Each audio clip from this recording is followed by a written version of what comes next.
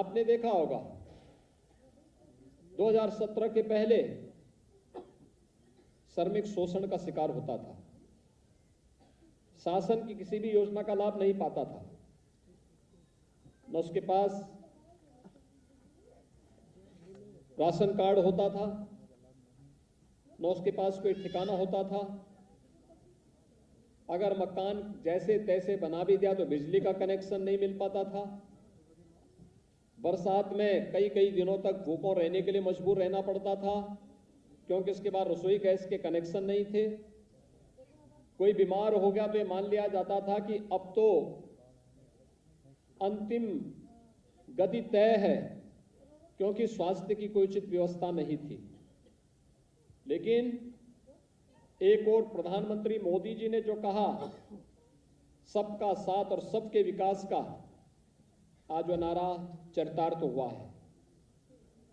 हर गरीब को मकान देंगे, हर गरीब को शौचालय देंगे, हर गरीब के घर में विद्युत का निःशुल्क कनेक्शन उपलब्ध करवाएंगे, हर गरीब को निःशुल्क रसोई गैस का कनेक्शन उपलब्ध करवाएंगे, हर गरीब को प्रदेश के अंदर हर गरीब को हम लोग स्वास्थ्य बीमा का कवर उपलब्ध करवाएंगे।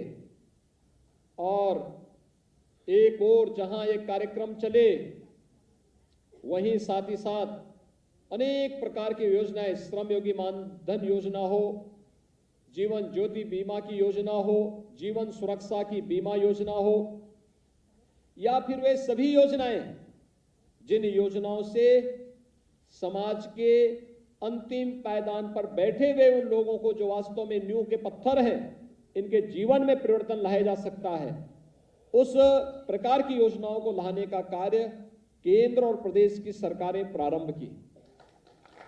आपने देखा होगा पहले श्रमिकों के बच्चों के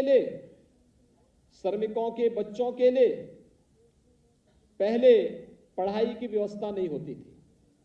वो बेसिक शिक्षा परिषद के स्कूल में भेजते थे, स्कूल में अपने बच्चों को। स्कूल में भवन है तो शिक्षक नहीं, शिक्षक है तो भवन नहीं, और अगर दोनों है भी तो पेयजल की व्यवस्था नहीं, टॉयलेट की व्यवस्था नहीं, मिड डे मील नहीं मिल पाता था, बच्चों के लिए यूनिफॉर्म नहीं मिल पाता था।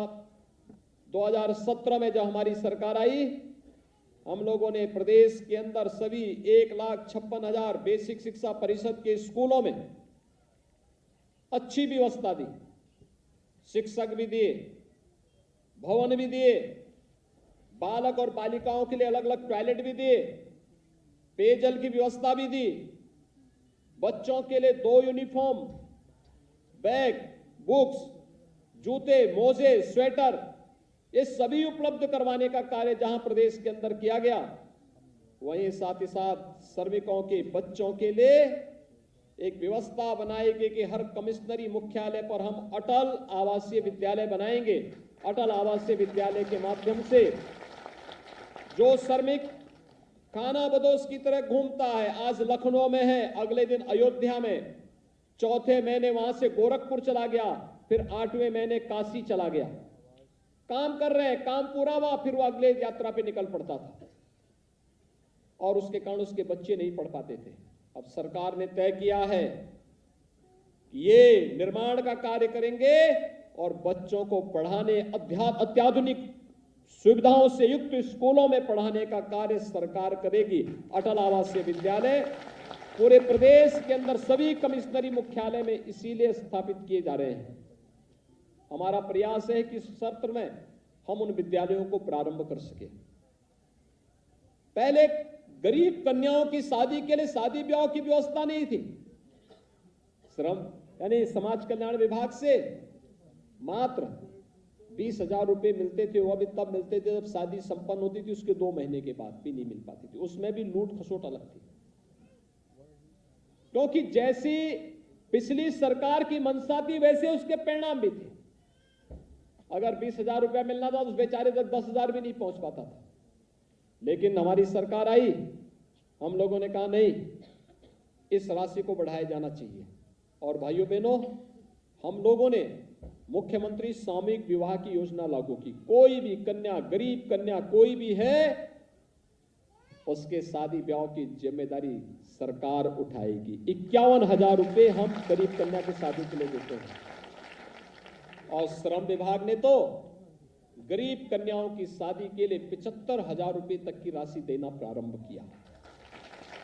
कई जगह में स्वामी प्रसाद मौर्य जी ने कई जगह कार्यक्रम आयोजित किए जिसमें मुझे जाने का अवसर प्राप्त हुआ था। वहां पे मैं देखता था गरीब कन्याओं की शादी में, यानी जिनको कोई पूछता नहीं था पहले, जिनका शोषण होता था, आज उनके यहां आयोजन में, लड़की की शादी में मुख्यमंत्री जा रहे हैं, मंत्रीगण जा रहे हैं, अधिकारीगण जा रहे हैं। उनके बच्चों के लिए अच्छी स्कूल में एडमिशन की व्यवस्था, उच्च शिक्षा की व्यवस्था, इंजीनियरिंग कर रहे हैं तो इंजीनियरिंग में भी सहयोग की व्यवस्था, मेडिकल की पढ़ाई कर रहे हैं तो मेडिकल में भी उनको सहयोग की व्यवस्था, हर एक स्तर पर उन्हें सहयोग की व्यवस्था के साथ जोड़ा जा रहा है। और इन कार्यक्रमों को आगे बढ़ाने के साथ आपने देखा होगा कितने अच्छी योजनाएं सरकार लेके आई। एक जनपद एक उत्पाद के माध्यम से परंपरागत उद्यम को बढ़ावा देने के साथ ही अधिक से अधिक लोगों को प्रदेश में ही रोजगार मिल सके। विश्वकर्मा श्रम सम्मान के माध्यम से प्रदेश के परंपरागत हस्तशिल्पी और कारीगरों को कार्य पे देने, बढ़ई है, नाऊ है, मोची है, राजमिस्त्री है, हलवाई है, इन सभी लोगों को भी कार्य के साथ जोड़ने, उनके स्किल डेवलपमेंट के साथ ही उनका प्रशिक्षण के दौरान मानदेय और फिर उसके बाद टूल किट उपलब्ध कराना, फिर बैंकों के साथ उन्हें जोड़ करके उन्हें समय पे मानदेय उपलब्ध करवाना, ये सभी कार्यक्रम चले। और कोरोना कालखंड के अंदर उत्तर प्रदेश पहला राज्य था जिसने भारतीय मजदूर संघ के साथ मिलकर के एक व्यवस्था बनाई थी कि हर श्रमिक को हम 2 लाख रुपए की सामाजिक सुरक्षा की गारंटी देंगे और 5 लाख रुपए की स्वास्थ्य बीमा का कवर भी देंगे। और भारत सरकार ने भी इसके लिए एक पोर्टल विकसित किया जिसमें हर श्रमिक को रजिस्टर्ड किया जा रहा है। उत्तर प्रदेश पहला राज्य था जिसने लॉकडाउन प्रारंभ होते ही अपने श्रमिकों के लिए उस समय भरण पोषण भत्ते की घोषणा की थी और फ्री में राशन की व्यवस्था भी की थी। आज प्रदेश के अंदर 15 करोड़ लोगों को फ्री में राशन, आज प्रदेश के अंदर श्रमिकों को भरण पोषण भत्ता, 54 लाख लोग परिवारों को उस समय भरण पोषण भत्ता हम लोगों ने कोरोना के दौरान दिया। और इसके साथ ही प्रदेश के अंदर जो 40 लाख कामगार और श्रमिक आए थे, लोग सोचते थे क्या करेंगे। हमने कहा उत्तर प्रदेश इतना बड़ा है, ये 40 लाख लोग उत्तर प्रदेश के ही हैं, उत्तर प्रदेश में ही कार्य करेंगे और उत्तर प्रदेश इनके कार्य करने से समृद्ध होगा।